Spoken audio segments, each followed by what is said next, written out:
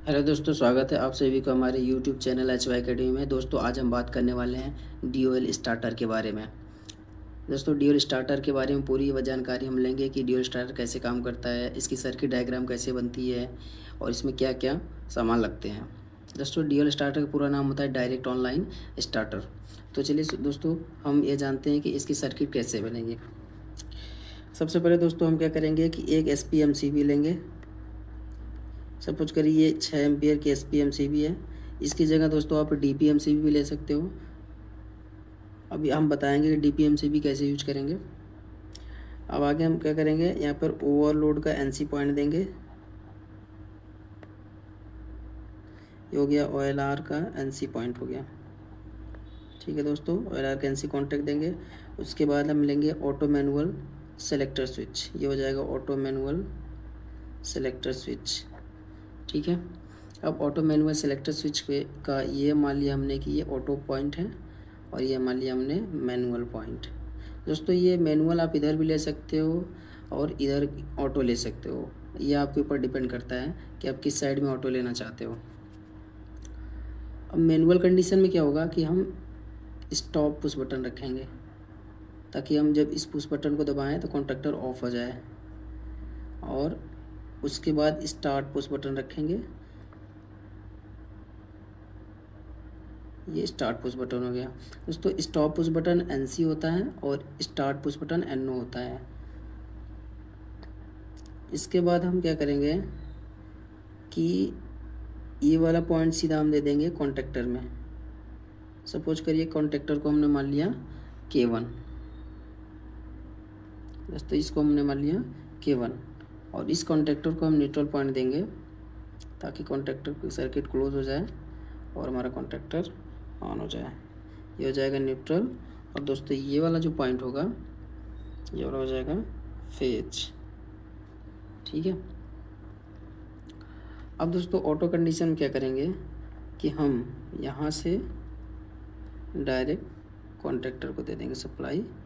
Auto condition में ये on हो जाएगा। अब दोस्तों यहाँ पे हम कॉन्टैक्टर की होल्डिंग कर देंगे ताकि कॉन्टैक्टर कंटिन्यू ऑन रहे। उसके लिए क्या करेंगे, इसी कॉन्टैक्टर का एक NO कॉन्टैक्ट हम दे देंगे।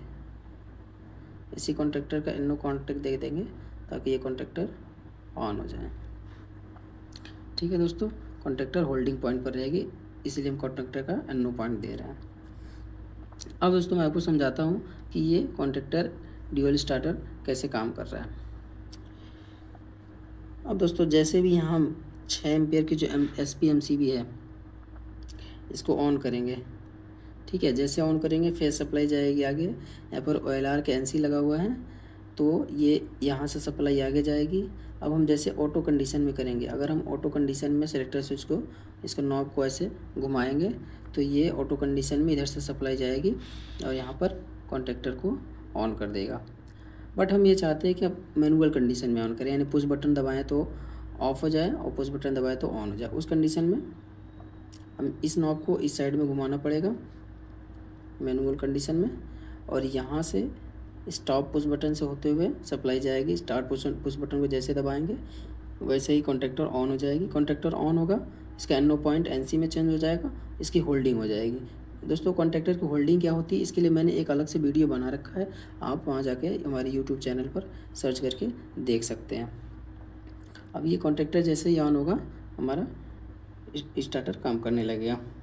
अब हम स्टार्टर ऑन है, इसके लिए हमको इंडिकेशन देना है कि हमारा स्टार्टर ऑन है। उसके लिए क्या करेंगे दोस्तों, यहाँ पर हम इसी कॉन्टैक्टर का NO पॉइंट देंगे,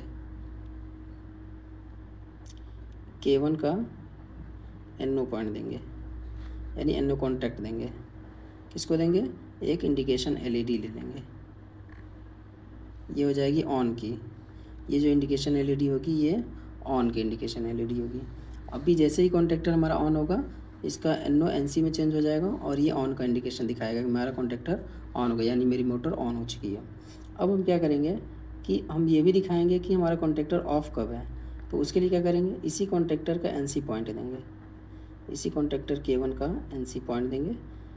तो उस कंडीशन में क्या होगा, यहाँ पर एक इंडिकेशन LED देंगे तो ये ऑफ पोजीशन दिखाएगा। ये ऑफ पोजीशन दिखाएगा। ऑफ पोजीशन कब दिखाएगा? जब इसमें कोई ये ऑफ रहेगी तो इसका एनसी पॉइंट से हम फेज सप्लाई ले जाएंगे और इस पे यहाँ पर इंडिकेशन एलईडी पे दे देंगे और यहाँ से न्यूट्रल सप्लाई जाएगी और ये ऑफ कंडीशन बताएगी, यानी हमारी मोटर ऑन है, कॉन्ट्रैक्टर सॉरी हमारी कॉन्ट्रैक्टर ऑफ कंडीशन दिखाएगी। अब कभी भी कॉन्ट्रैक्टर हमारी ट्रिप कर गई तो ट्रिप का इंडिकेशन देने के लिए हम क्या करेंगे, यहाँ पर OLR का NO पॉइंट दे देंगे, यानी ओवरलोड रिले का NO पॉइंट दे देंगे और उसके लिए एक इंडिकेशन LED दे देंगे।